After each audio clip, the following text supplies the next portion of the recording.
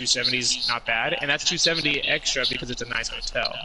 So we're staying at a nice hotel. It would probably cost, I don't know, at least $1,000 for 3 nights. And we're doing what hotel is it? It's one of the Hiltons.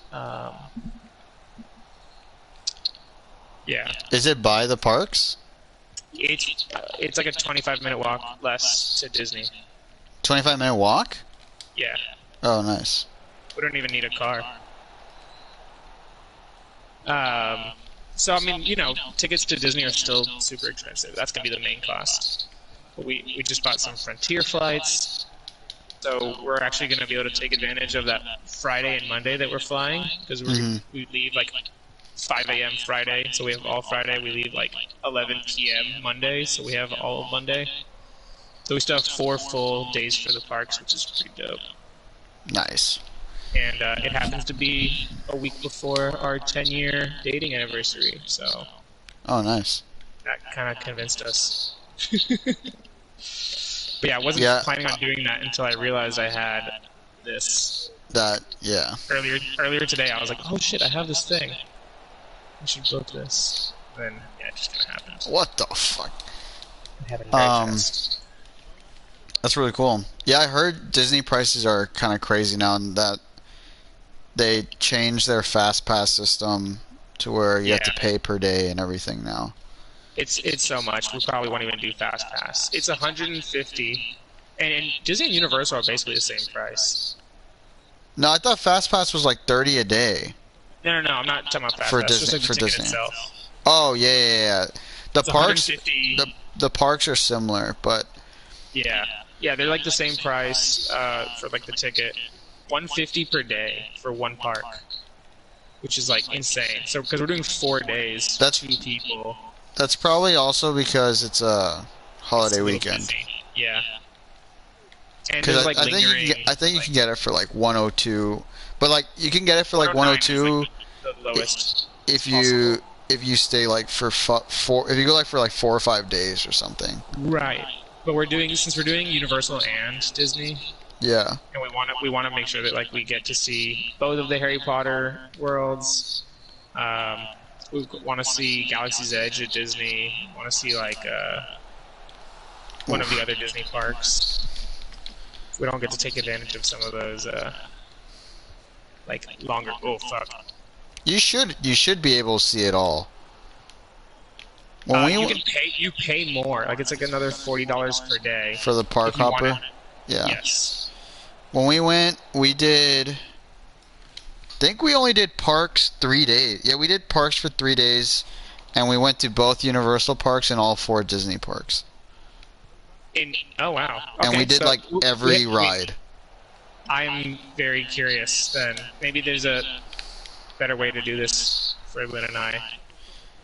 Well, for the Universal, we did like the both parks thing, which was a big reason of doing that is we had done like the first Harry Potter side, but since then they had built the oh my god, they built the Hogwarts Express that takes you from one park to the other. I saw that. So that is a real thing that you can use. It's a real like ride / actual transport that takes you from one side of the park to the other side. Yeah. So have you ever seen any of it? Of the Harry Potter? A long time ago, I went to like the Harry Potter world like a year right when it opened. Yeah. Yeah, it was crazy. Yeah, so I was exactly the same way. I think it was like a year after it opened, but then since then they had built the Diagon Alley and the other side, and the Hogwarts Express that connects them both. So what I did is. I mean, it's you can't do it at this point because you have your stay. But what's it called? The Fast Pass. Yeah. It's like 100. It was either 100 or 150 per person. That's a lot. It's like a fuckload.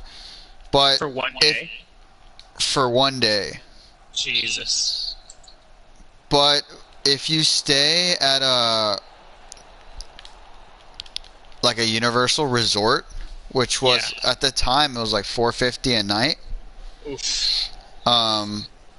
You and all the guests have access to it, and since it was 5 of us, I got us 5. Everyone, me, my brother, Ryan, Camille, and Lori all got fast passes from just staying at that hotel. Nice. Which was, that's valued over $500, and I paid $450. So I was like, I'm just gonna pay for this one night here so we can all go. It was actually the birthday we went to Universal, so we can all go Universal and all have the fast pass. And the fast pass honestly was 100% worth it. We got to do so much. I mean, in the instance of the hotel, but even if I had to do it again and just pay for the fast pass myself, I would still do it again. Just because we got to do so much, and like everyone else, we're skipping so many. Like a lot of people were waiting and waiting for like hours for like things that we got to do 3 or 4 times. And is it just rides? Yes. Or are there other things that the fast pass helps with that aren't just like roller coasters? I mean, most of Universal is like roller coasters. Oh, Universal, not Disney. Oh, No.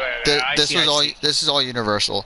So because Harry Potter, because we did all the So maybe it'd be worth it, like for me and Lynn to do like a day of that. Yeah, if you're gonna do one day at Universal, I think it has to be done with, and you're doing both parks. There's no way to do it without the fast pass. Yeah, if you're gonna do 2 days at Universal, then I would say it's doable. But you're also like kind of wasting a lot of time. Yeah.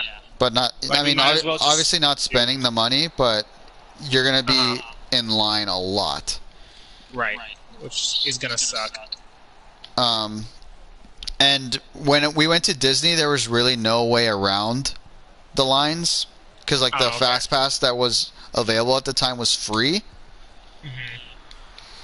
and you could use like 3 a day. So like 3 things you could use the fast pass for, but there were like certain the popular rides you couldn't do that for. So like we had to wait. We waited 3 hours for the Avatar line. Wow. And I remember, first of all, the Avatar, it had a lot of hype. It wasn't worth a 3-hour wait, but I would think you kind of have to do it. Yeah. It was like 3.5-hour wait. But like, we did Universal first, so we were kind of spoiled at that point. We went to Disney, and we were in the long queues, and we're like, this fucking sucks. Yeah. But like, Disney does have like the undeniable magic just being captured in the parks, just from walking around, especially with like the Star Wars, the Galaxy Edge. Galaxy's Edge, yeah. That shit is insane. That's where I really want to go. And then like the Rise to the Resistance, I'm sure you've heard of it. That ride's insane. So that's like one of the new ones that came out with Galaxy Edge. Well, Galaxy Edge came out, and then maybe like 2 years later, this Rise to the Resistance came out, and that one isn't even like it's an experience. It's not even like, I wouldn't call it a roller coaster. It just like fully puts you into like Star Wars, basically. Yeah, it's an experience. Yeah. Better than Van Gogh? No way. Yeah, a lot better than Van Gogh. But yeah, I would.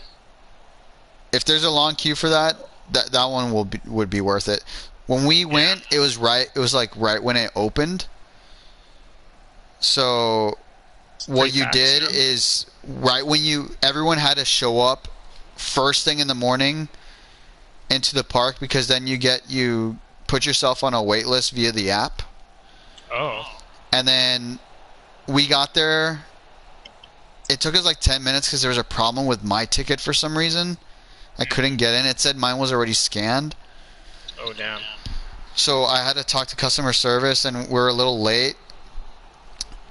And we ended up going into the park like 15 minutes after it opened, and we got like one of the last ones available, like at 2 p.m. Damn. But luckily that meant, we didn't have to wait in a line. I hear now it does have a line. Nice! Oh. Now it does have a line, yeah. Yeah, it's not like that same queue where everyone signs up for it first thing in the morning. Yeah. But Rise to the Resistance is a good one, and then there's one where you ride the Millennium Falcon. Yeah. And there are 4 roles in it. There's so you'll go with 2 random people when you get to the front. If you can, try to get both of the pilot spots, because those are the cooler experiences. There's an engineer that doesn't do shit. And then there's one other thing that isn't as fun. You kind of sit in the back, but the pilots both sit in the cockpit. Yeah, and it sounds like the coolest. It's the cooler one for sure.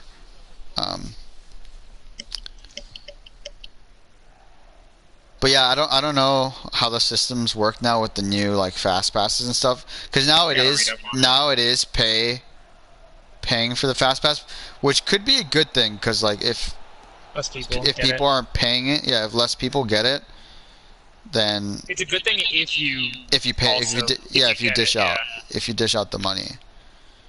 But I remember thinking when we were in Disney, I wish there was a way I could pay money to cut all these people, but there wasn't. There wasn't at the time. Yeah. Interesting. I gotta do some research. I'll definitely take that into consideration because it's a lot of money. Yeah. But I've also had the fast pass before, and it's amazing. It really is. You feel better than people. For sure. Universal being the more, they have more of the the thrill-seeking roller coaster rides, and those are the ones you typically kind of want to do over and over again. So I feel like Universal's still the place to do it, to get the pass. Yeah. Just because it's really for Harry Potter World, yeah, that's the one. So, that's the number one thing.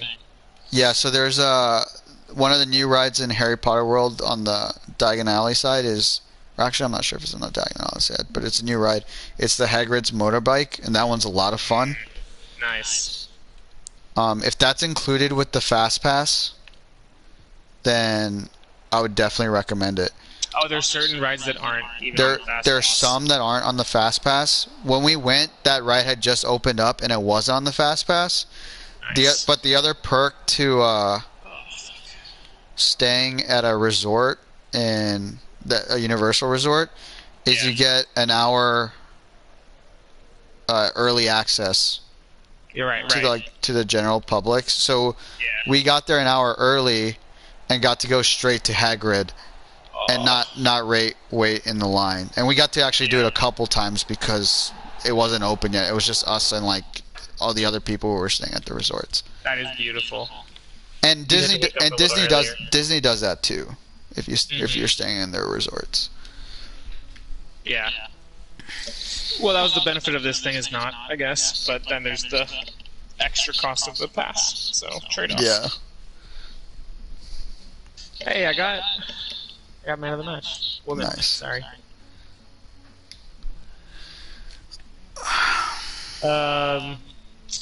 Thanks. Yeah. Really dope, though. Yeah. Let me know if you have any questions, because it's still kind of recent. I will have questions. I literally, as of 3 hours ago, wasn't even considering. No, maybe 4 hours ago. Wasn't even thinking about this, and all of a sudden we have it booked. So. That's funny. I was at this tonight. I was calling Lori's parents because we're booking a Banff trip. Oh yes. Oh, I want to know about that too, because Lynn has been talking about Banff for 6 years. Really? Yeah. Yeah, we're gonna do Banff for 3 days. I think we can do it in 3 days. Yeah. I think after 3, we probably don't run out of things to do, but we kind of hit all the main things, and we want to see more.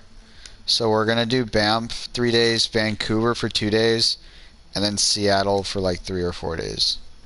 I have everything that you could ever need to know for Seattle. Nice. Also, Lynn and I... Wait, when is your trip? September.